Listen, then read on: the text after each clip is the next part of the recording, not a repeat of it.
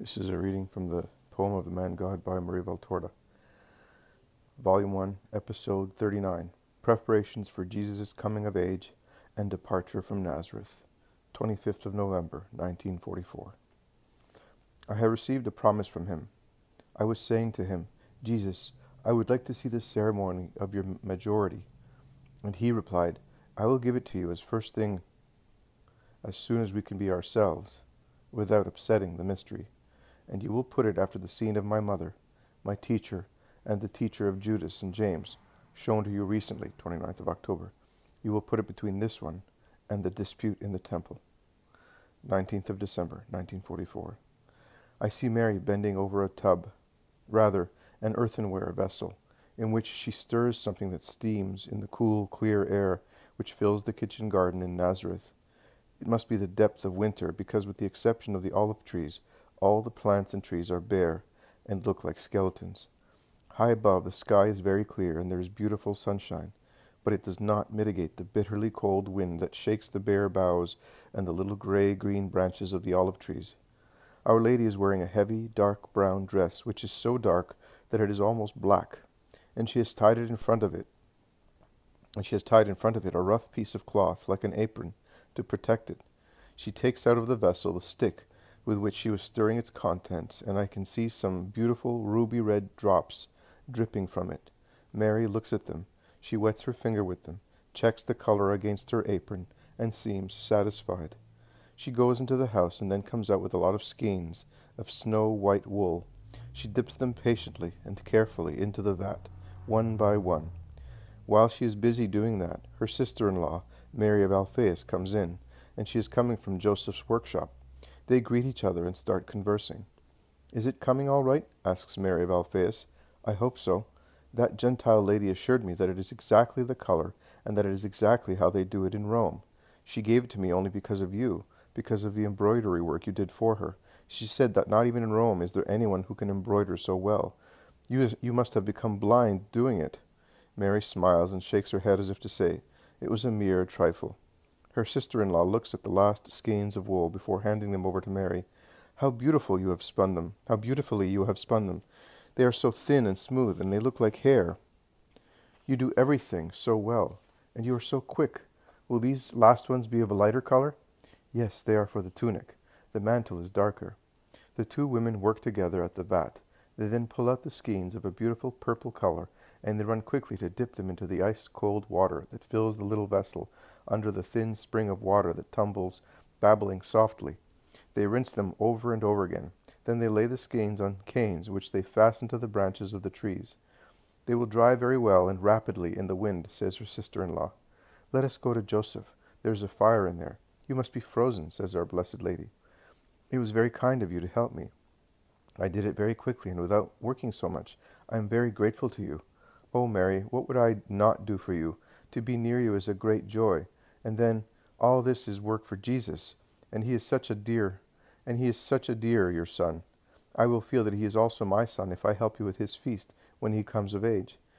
The two women go into the workshop, which is full of the smell of planed wood, as is usual in a carpenter's workshop, and the vision comes to a halt, to start again with Jesus, who is now 12 years old, setting out for Jerusalem.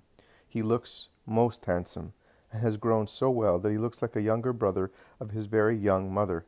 He already reaches up to her shoulders with his blond, curly head.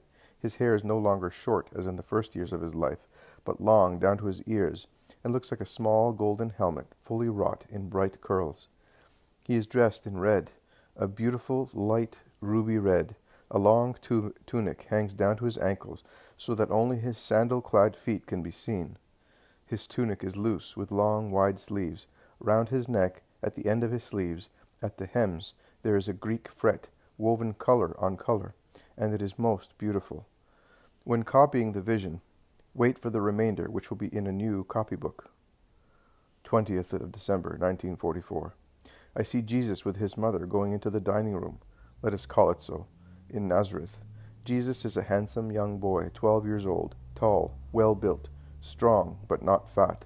He looks older than his years because of his complexion. He is already tall. In fact, he reaches up to the shoulders of his mother. His face is the rosy, round face of a child, and later in his youth, and then in his manhood it will get thinner and thinner, and it will become colorless, the color of certain very delicate alabasters, with a hue of yellowish pink. Also his eyes are still the eyes of a child.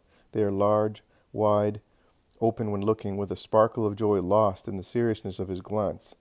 Later they will not be so wide open. His eyelashes will cover half of them to conceal the excessive wickedness which is in the world from the pure and holy one.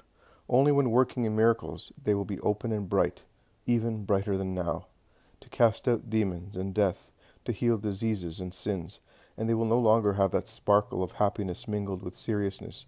Death and sin will be more and more present and close, and with them the knowledge, also the human knowledge, of the uselessness of his sacrifice, because of the unwillingness and aversion of man.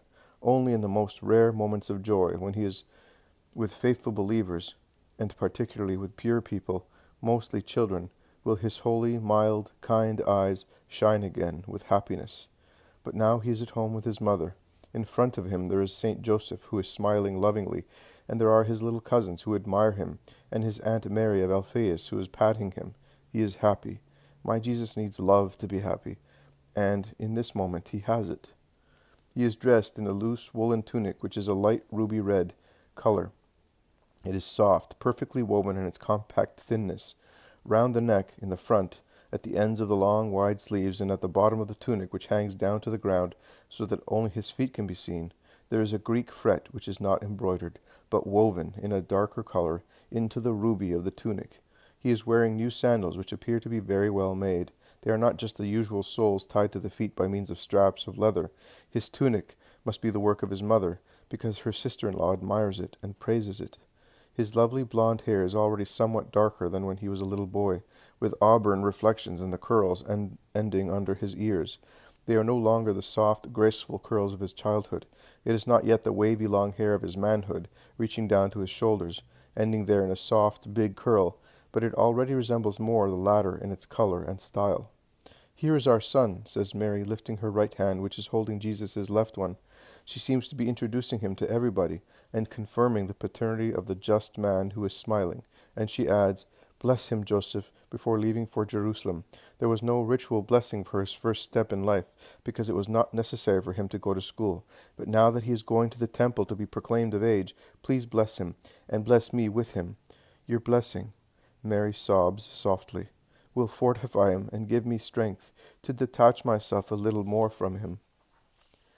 Mary, Jesus will always be yours. The formality will not affect our mutual relationship. Neither will I contend with you for this son so dear to us. No one deserves as you do to guide him in life, O my holy spouse. Mary bends down and takes Joseph's hand and kisses it. She is the respectful, loving spouse of her consort. Joseph receives the sign of respect and love with dignity. He then lifts the hand which she has kissed and lays it on the head of his spouse and says to her, "Yes, I bless you, O blessed one, and I bless Jesus with you. Come to me, my only joys, my honor and essence of my life."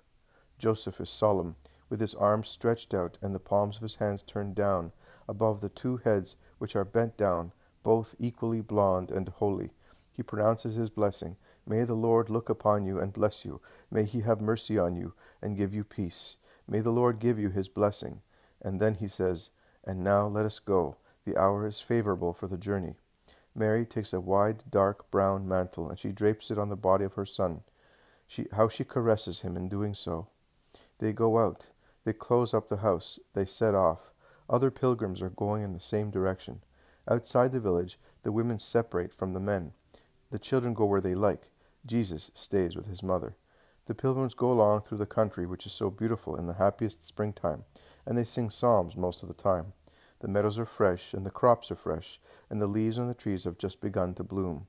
You can hear men singing in the fields along the roads, and birds singing their songs of love among the branches of the trees. Clear streams reflect like mirrors the flowers on the banks, while little lambs are jumping about near their mothers. Peace and happiness under the loveliest April sky. The vision ends thus.